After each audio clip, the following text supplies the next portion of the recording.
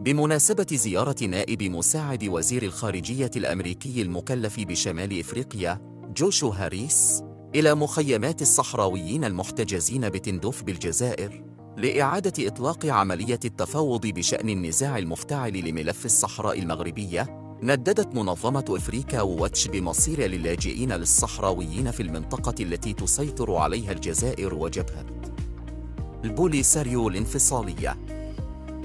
ونددت المنظمة بالانتهاكات ضد السكان الصحراويين في تندوف ومختلف الانتهاكات التي يتعرض لها الصحراويون في مخيمات هذه المنطقة الجزائرية الخارجة عن أي حماية دولية، نظراً لافتقارهم إلى صفة لاجئ قانوني بسبب غياب الإحصاء.